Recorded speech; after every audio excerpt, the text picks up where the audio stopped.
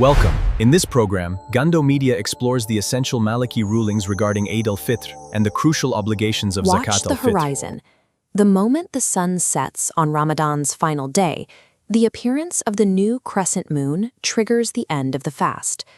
This transition into Eid is a precise legal science, governed by classical texts like Jawahir al-Iqlil, a comprehensive manual of Maliki Islamic jurisprudence. The text highlights a strict debate about Zakāt al-Fitr, the obligatory charity tied to the end of the fast. The majority of the Maliki School rules that the exact second the sun sets, this charity becomes a binding legal obligation. A minority view argues it doesn't trigger until the actual dawn of Eid. To see how precise this timeline is, look at the edge cases. Under the majority view, if a baby is born moments after that sunset, the family is highly recommended to pay the charity on their behalf. If the baby is born on Eid morning before dawn, the obligation is already legally binding upon them. Within this framework, every minute of the transition carries strict legal and spiritual weight. The night of Eid is an active legal window where every passing hour changes a person's religious and financial status.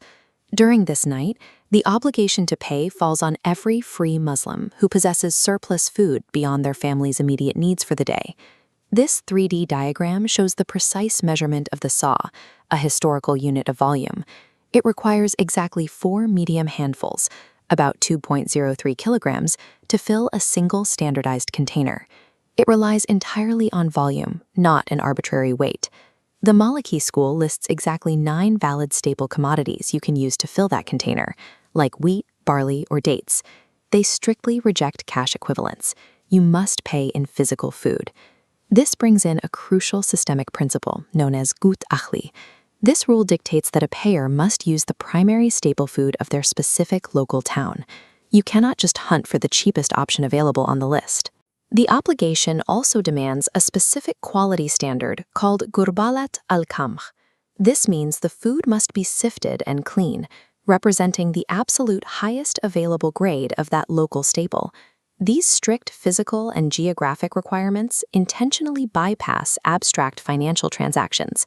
They guarantee the immediate, high-quality nourishment of the local community. As the timeline moves into the dawn of Eid day, the physical preparations begin. Believers are instructed to perform ghusl, a full-body ritual purification, and wear their finest clothing.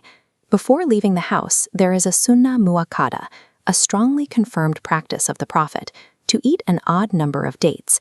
This contrasts directly with the other major holiday, Eid al-Adha, where eating is strictly delayed until after the prayer. Upon arriving at the musalla, the open gathering space for the prayer, you will not hear the standard adhan or iqama calls to prayer. The gathering is announced strictly by the phrase al-salatu jamia.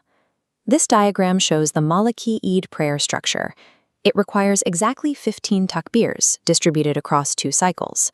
There are 7 takbīrs in the first cycle and 5 in the second, all recited while standing, before any Quranic recitation begins. After the prayer concludes, the assembly stays for 2 khutbahs, or formal sermons. Unlike Friday sermons, which open with general praise, these are uniquely opened with continuous takbīrs. The Maliki Eid morning is a highly choreographed sequence. Every action is designed to prioritize communal praise and meticulous adherence to prophetic practice. How did these specific textbook rules function across vast, diverse empires? To answer that, we look to the historical application of this text. For centuries, the Maliki madhab was the dominant legal framework across the Sahel, the Fouta Djallon, and Hausaland in West Africa. The text's list of 9 valid commodities explicitly includes millet and rice. Because of the Qut al-Hi principle, the rule prioritizing the local staple, these rulings perfectly matched the agricultural realities of the West African region. This localized flexibility allowed the Torotbi clerical class and local qadis, the regional judges, to seamlessly collect and distribute the charity.